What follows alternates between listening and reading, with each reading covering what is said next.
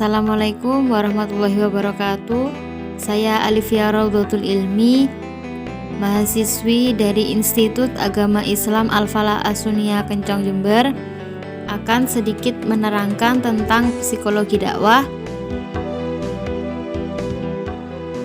Di sini saya akan menjelaskan sedikit tentang psikologi dakwah yang mengutip dari buku karya Faizah dan Haji Lalu Muhsin Effendi.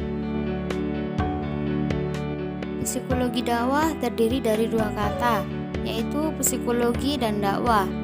Psikologi secara harfiah artinya ilmu jiwa, berasal dari kata Yunani psike, jiwa, dan logos, ilmu. Yang kedua yaitu dakwah.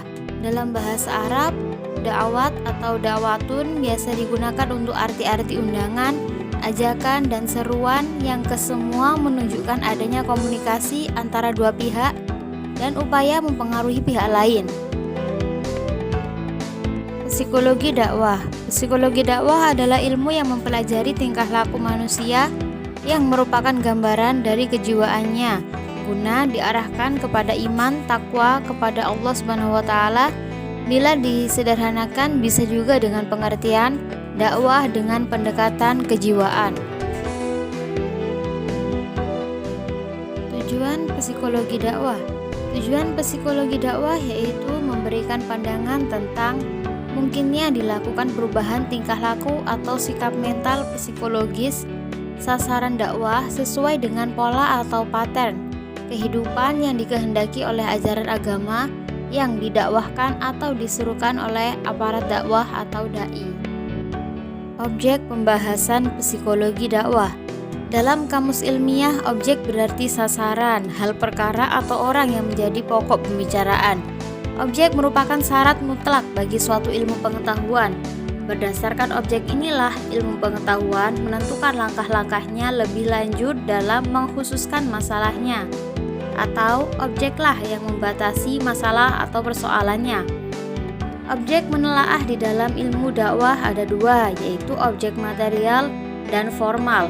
Objek material adalah tentang tingkah laku manusia, sedangkan objek formalnya adalah usaha manusia untuk menyeru atau mengajak manusia lain dengan ajaran Islam agar menerima, meyakini, dan mengamalkan ajaran Islam, bahkan memperjuangkannya.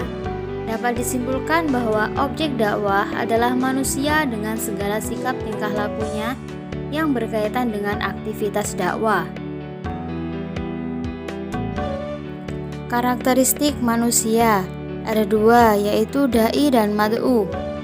Dai adalah salah satu faktor dalam kegiatan dakwah yang menempati posisi yang sangat penting dalam menentukan berhasil atau tidaknya kegiatan dakwah.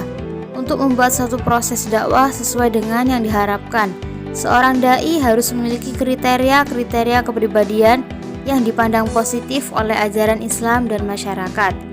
Yang kedua adalah mad'u. Salah satu unsur dakwah adalah mad'u, yakni manusia yang merupakan individu atau bagian dari komunitas tertentu.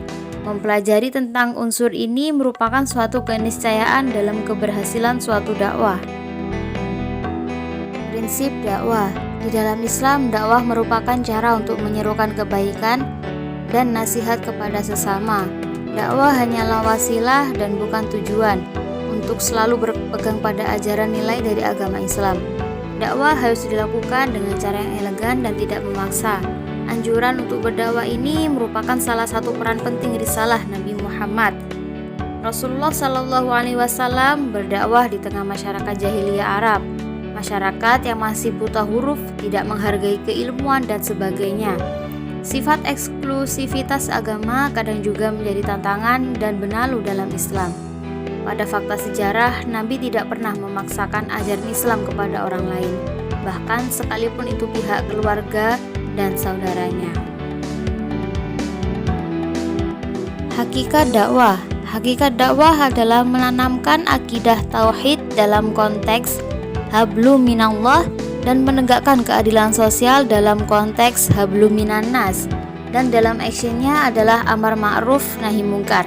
Dalam arti amar ma'ruf nahi mungkar ialah ajakan untuk mengerjakan kebaikan dan kebajikan dan larangan atau pencegahan melakukan keburukan dan kemunkaran, dan bisa diartikan hijrah dari situasi yang jelek, buruk, kacau, tidak adil, tidak makmur, dan destruktif menuju situasi yang baik, bagus, aman, tentram, adil, makmur, dan konstruktif.